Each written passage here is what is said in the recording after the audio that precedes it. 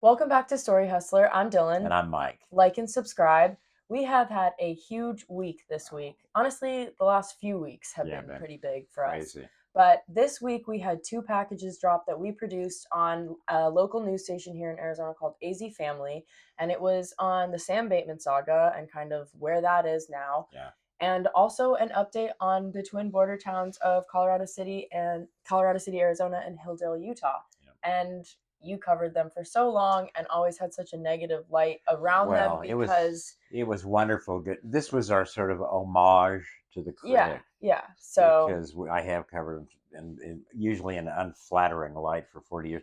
So refreshing yeah, to go back there. We're going to talk a lot about that in a bit. yeah. Some of the people that we encountered, but We'll circle back to those packages and we've kind of been dive a more into lot of work them. going on. We Yeah, but some big news happened yesterday in the sentencing of Sam and his followers. Yeah. The largest prison sentence was handed down yesterday to a woman named Josephine Barlow Beislein. Right. She goes by Jomi. She was given 15 years in prison. Pretty That's pretty big sentence yeah, that's pretty significant. That's the biggest sentence that, again, I said has been handed down in this thus case thus far. far.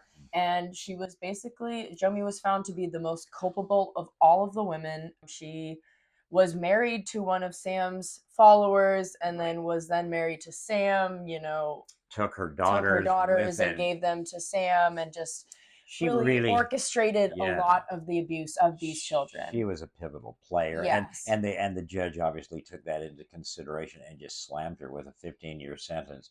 Uh, and apparently very little remorse, and this is one of those folks who I think as soon as she does her sentence she'll probably go right back to Yeah. the thing. But uh, it's important that I think the judge, and we've said this, just going after the profit doesn't work. No. You got to hit the people who are their enforcers and enablers, because guys like Sam and Warren don't operate in a vacuum. Exactly. So yeah, she was given the heaviest sentence. The other followers, they've sentenced a couple of the women, and they've gotten like 2 to 3 years. Right, right. So this is definitely way more.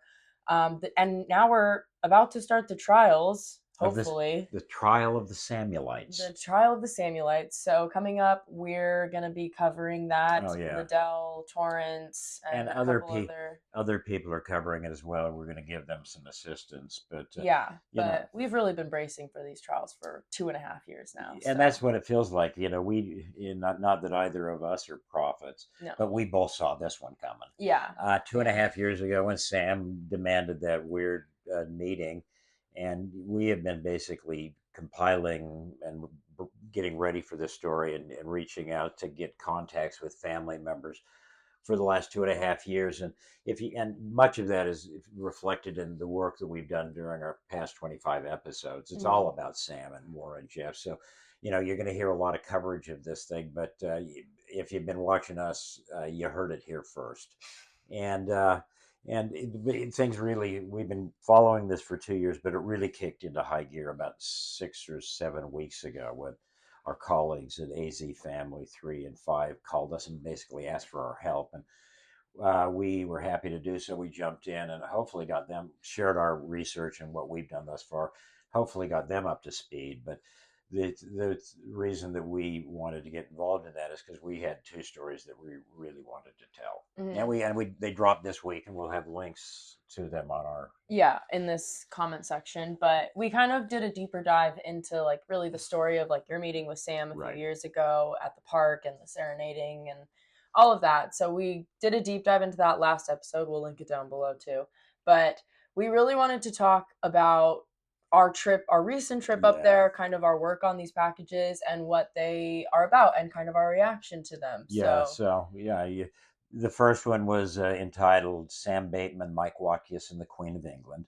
And if you've followed us, you know that we didn't go looking for this story. No. This story came looking for us when Sam chased these guys for 40 years. First time one of them has ever come chasing after me. And it pulled the two of us into this. And so the first story we did for the TV station was really about my interaction, our introduction, and the stuff that we've been tracking. And following Sam, you believe a guy when they show you who they are. This is a guy that continues to commit horrific crimes and he gets thrown in jail. and he's still committing crimes or orchestrating crimes. And I'm going to go into these trials with so many questions about the timetable, because now we know after our research, there were so many people calling, blowing the whistle on Sam long before he got busted, and long before that really sort of just out of the blue pullover in Flagstaff. And we really highlight that the towns of Hildale and Colorado City were a huge part in raising the red flag about Sam, which is just full circle moment. It's awesome to see how far these towns have come, because if you don't know, this is where Warren Jeffs and his cult had basically control over both of these towns, complete control, and it was just a lockdown little community for this religion. And that obviously has been broken up since, and there's a new mayor, Danya Jessup. She's incredible. And breath of fresh air. She's awesome. She's really come in and tried to revamp and rebrand these towns and just make it kind of a welcome home is her motto. It's beautiful. But she's awesome, and she's really tried to put this in their past, but while also leading into their bright future. Absolutely. And she was, she was really gracious to spend some time at it. And when we went up there, and that really is, I think, the most aha moment I had in doing these stories is like, I knew that we'd notified the FBI long before Sam got busted. Family members had as well. But going back there and seeing how many people in the town, if you want to go back, we're we're at least observing the 20 years anniversary of our documentary, Colorado City and the Underground Railroad. And many of the same themes are told out in the Sam story. But this town has come so far to get beyond the Warren Jeffs and FLDS control. Yeah. And when Sam Bateman just blew up in the most bizarre 3 years crime spree, and Sam brought his demise on himself, because as he evidenced with me and other fame. Boy, Sam wanted attention, wanted to be an influencer, wanted the real live polygamous housewives of Sam Bateman TV show. And so Sam brought it on himself. But it's going to be the trial is going to be fascinating with the two young men who basically were the guys who propped him up in the first place. These two brothers, Torrance and Liddell Beislein. And one of the brothers was married to Jomi, who just got the biggest sentence, and was married before Sam took him away and all the daughters away. This is this is as kinky a story as you can get. But that was kind of one of our package. The focus was obviously showing the town and how far it's come. The moment, and just some fun moments with some people we've known, going out, spending some time with our old friend Ruth Stubbs. One of the OGs. She was picking fresh fruits and vegetables from her garden. She gave me a cucumber fresh off the vine, and I'm not a huge cucumber lover, but just delicious. It was amazing. Walking around with Ruth in her garden with her family now. She's one of the earliest women to stand up against Warren, and really was one of the forces that started the dominoes falling. For him. So, and then going over and getting a beer and a pizza at Edge of the World Brewery with Ray Hammond. That was awesome. We had just gotten into town. We wanted to go get some food. We knew this place was there. We always go there. And we walk in, and Ray immediately recognizes you, and it ended up being our first interview of the trip, and it was an awesome interview. Such a great insight, because this place doesn't need a plug from us, because it's already really famous. But the Edge of the World Brewery was the first bar in Colorado City after the FLDS had sort of been chased out of town, and Ray and I guess a partner built it. It's a great place. The pizza's great. The beer's good, and it's good vibes. And it's representative of the new town. Completely representative. It was the first, the mayor, Danya Jessup. This bar. I mean, there's some emblems. They got a winery out there these days. They have other bars that you can bar hop between, which we mentioned in our last episode. That was the funniest line of the whole. That for me, that was the funniest. That was a great line. For those of you who didn't watch the last one, someone came up, an old polygamist follower who's broken away and gotten out. He was like, "Now we can bar hop. There's enough places to be able to do it. First time in the creek, they can go bar hopping." Hysterical, but so it was actually a very interesting time. But again, the reason we got pulled into Sam's story, and immediately, as soon as I saw that, I knew that he was abusing children, and we continue to tell this story, because to the extent that we have been able to expose this and put pressure on these guys, I think we've had an impact over the years. That's why we want to go back and help our old friends at the TV station, help the people who are going to come in and tell this story, because it's a continuum. It's hard for people to jump in and tell this story very effectively unless they know the history. And you also, not that you have to understand, because what they're doing, you can't understand that. On its face in the moment, Yeah, yeah, it's wrong. but like the people growing up in this community, just the complete lack of ability to think for themselves, like they're just brainwashed into not trusting themselves, their intuition, anything. Faith touched on that in the interview that we had with Totally. her. And it really is like a hard thing to understand if you come from an outside community. So it like, I don't know. It's just a very complicated story. The abusing children, there's no understanding that. That's point blank wrong. Black and white, we've established that. But like growing up in these communities, just how it impacts you. And it helps having a sensitivity to what these folks have been. We've now seen so many people who are at various stages of getting out, gotten out, been out for a long time, going back, and it always, I'm real interested to see when the people who opted to go on trial, what are they going to go in and talk to the judge about? Are they going to say, we didn't do the sexual acts or the things for Sam, or we did them and he made us do it? Or, I don't know what two grown men can defend themselves.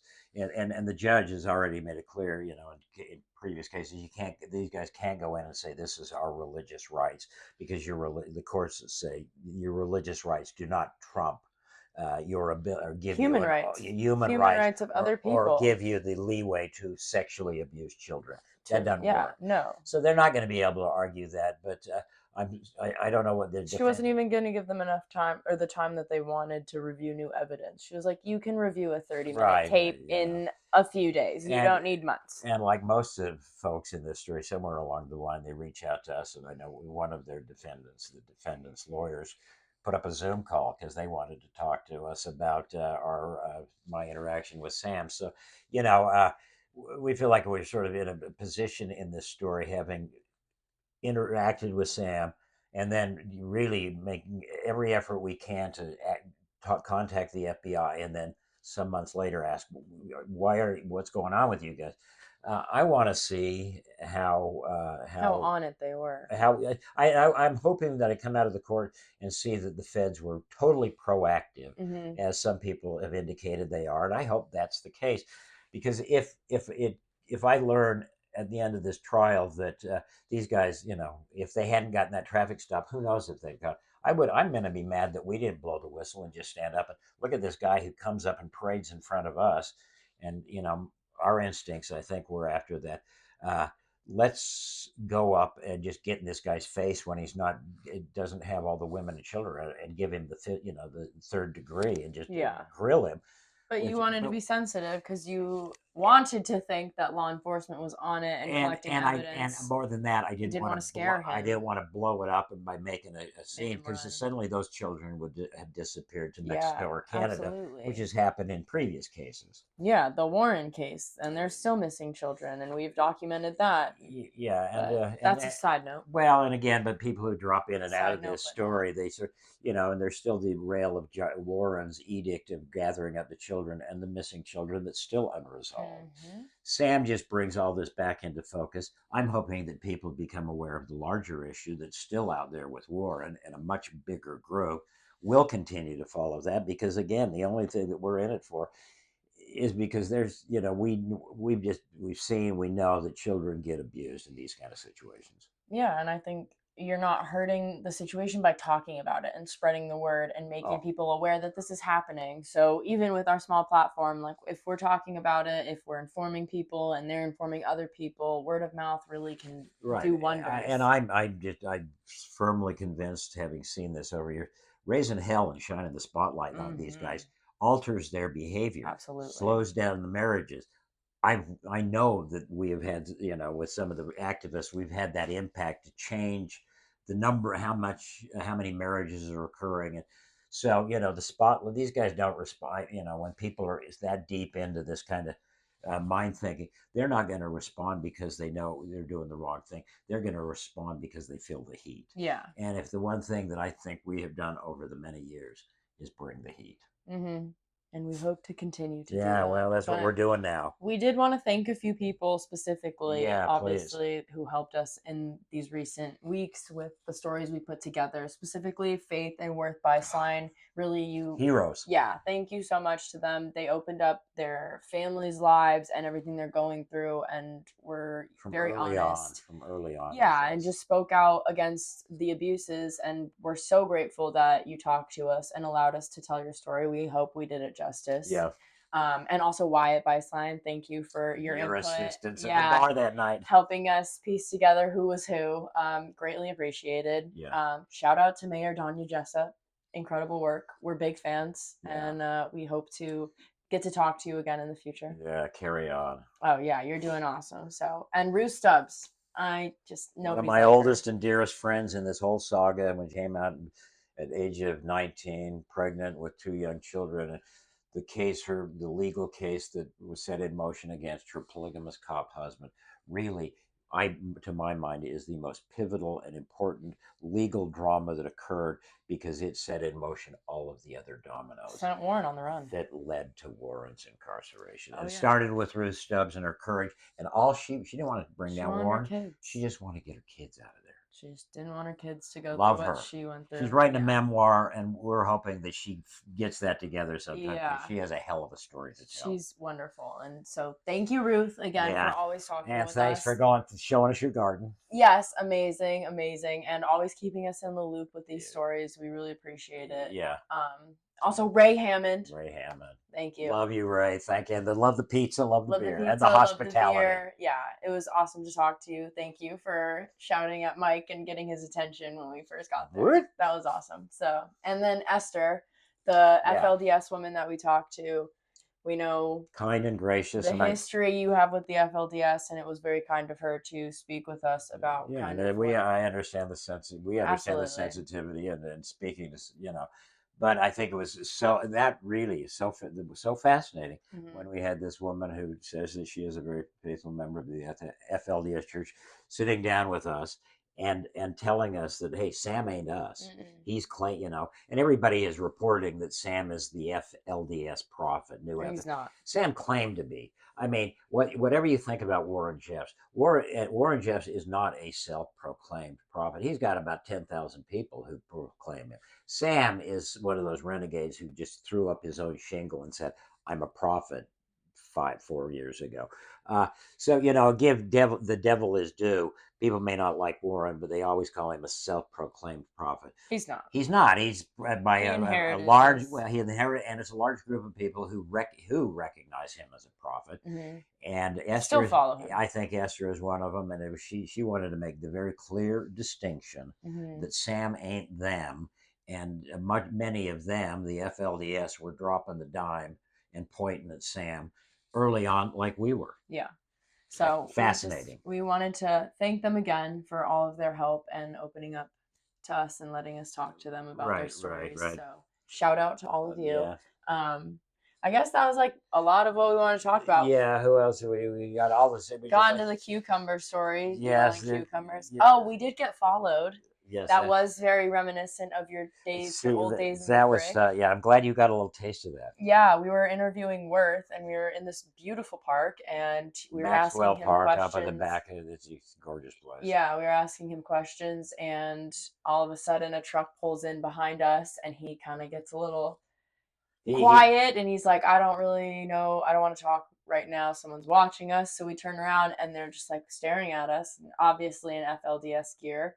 And you handled it like a trooper. Well, me and our photog Shane, we went over and we kind of like looked at them, and we just kind of stayed there while you continued the interview. And then they didn't like us staring at them, so they pulled around to like this upper part of the park and like made sure to still be able to see us. So I kind of went out in the field and just like mean mugged them. I don't know if I mean mugged them. I was just making sure that they knew I had eyes on them. That's and right. Well, then they kind of backed up a little bit behind the trees, and I was like, I can still see your big truck. Yeah. But we ended up getting the interview done, and the truck ended up being in Sam's driveway of one of his houses that we knocked on the door of the next day. Yeah. But they're definitely aware we were there. Yeah, well, I'm and glad we were aware they were there. That's very minor compared to the way what used to be in the past with the God Squad and everything. But I'm glad you got a little taste of that sort of big brother watching you. I was a little nervous walking up to the house. I heard the voices in there. I saw the truck.